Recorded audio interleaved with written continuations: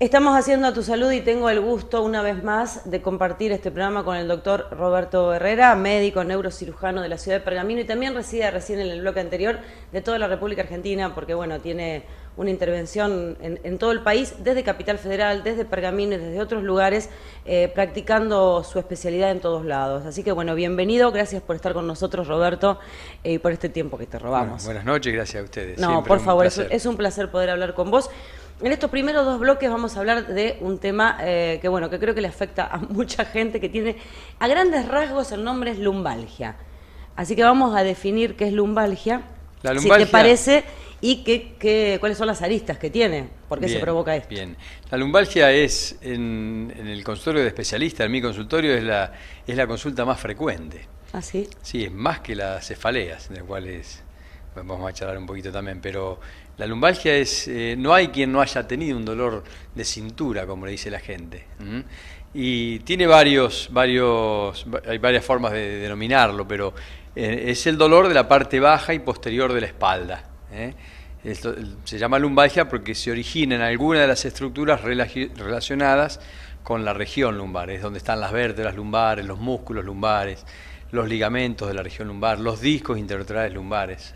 Ahora hay distintos tipos de lumbalgia o dolores de cintura, porque sé que hay desde algunos que son pasajeros y el paciente lo puede sobrellevar, y están los otros que te dejan doblado, que la persona no se puede levantar, que son más discapacitantes, ¿se puede decir así, usar esta palabra? Sí. Lumbalgia ocurre que en la región lumbar hay muchas estructuras y cualquiera de ellas que trabaje mal o que se use mal puede generar dolor.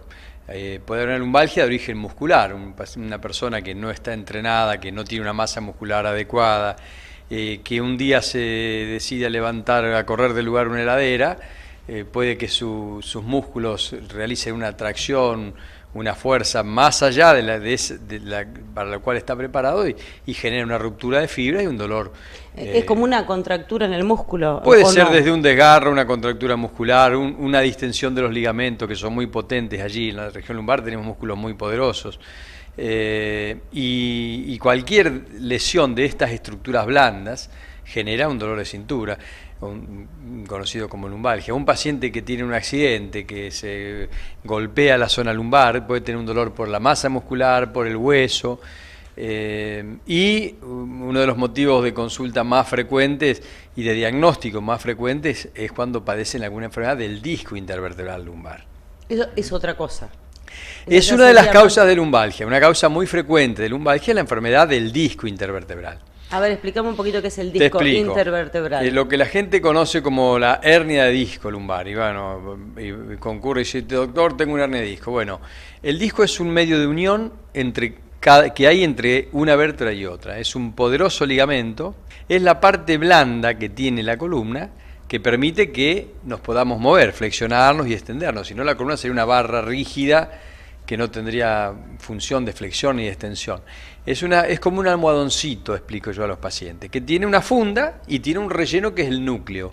Cuando uno lo sobrefuerza o esa funda está gastada porque está vieja de tanto hacerle carga axial y se rompe la funda, se sale el relleno. El relleno es el núcleo del disco, que eso es lo que comprime a la raíz nerviosa y provoca la ciática, el dolor del nervio ciático. Bien, cuando la gente dice así burdamente... Tengo ciática. Tengo ciática, bueno, está mal dicho. No Pero en realidad es ciática, es un dolor que se distribuye por el territorio del nervio ciático. En la pierna hay dos nervios grandes, el ciático y el crural.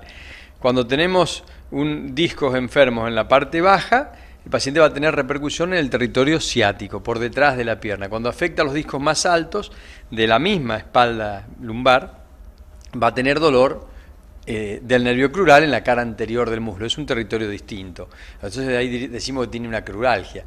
Pero es más común la ciatalgia. ¿Por qué? Porque los dos discos que reciben más carga son el cuarto y el quinto. Por eso el 95% de las hernias de disco se dan en esos dos. Cuando hablamos de hernia de disco, hablamos de posibles operaciones, tratamientos. Mira, te voy a explicar algo primero que es un detalle interesante. La hernia de disco la tenemos por estar parados. Los cuadrúpedos no tienen hernia de disco, ni el perro, ni el gato, ni la vaca tienen hernia de disco. Y una vez un japonés muy malvado, un médico, hizo un experimento. Le cortó las patitas de adelante y la cola a las ratas. Y estas ratitas empezaron a caminar paradas, como nosotros.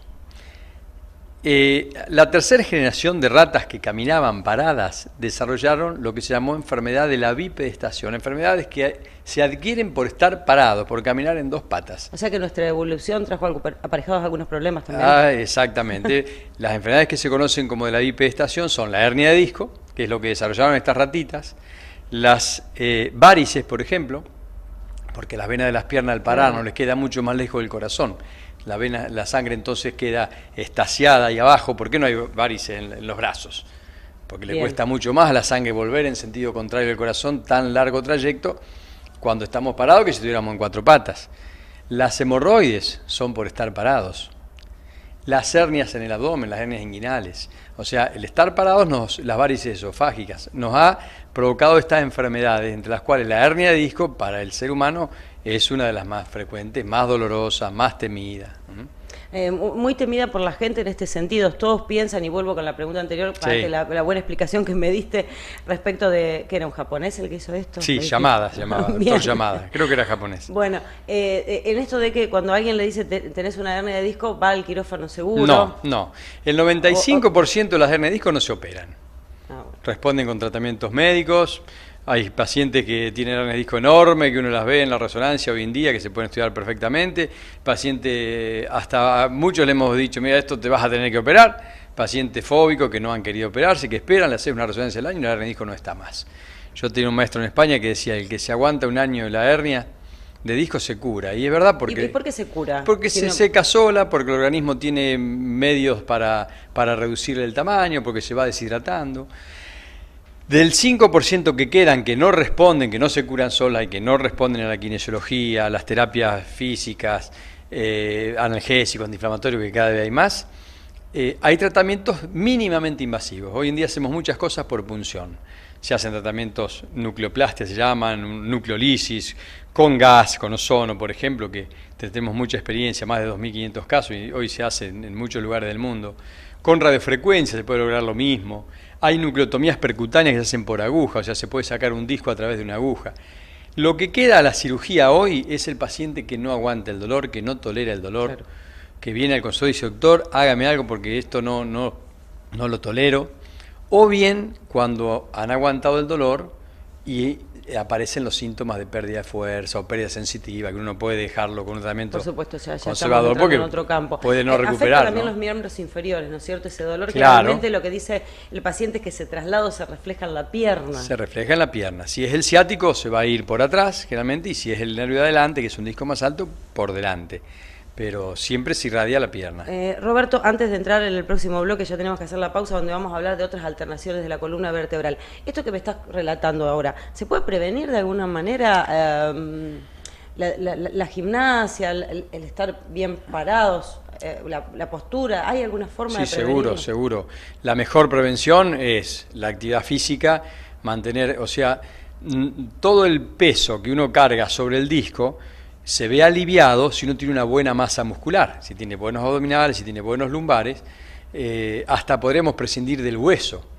Lo que ocurre es que cuando nosotros hacemos tomografías o estudios de resonancia y vemos la masa muscular que tendría que tener el tamaño de la vértebra, es a veces la mitad, y entonces todo el peso carga en la vértebra y se transfiere al disco. Si uno fortalece, un paciente que tiene historias de lumbalgia, que encima tiene sobrepeso y no hace actividad física, es más probable que ese disco se rompa en algún momento. La prevención es hacer buenos abdominales, tratar de no tener sobrepeso, mantenerse activo, agacharse haciendo gimnasia con el cuerpo entrando en calor, saber cómo agacharse. Hay muchas formas de prevenir. Bien, ¿hacemos la pausa? Listo. Volvemos en un ratito, enseguida continuamos.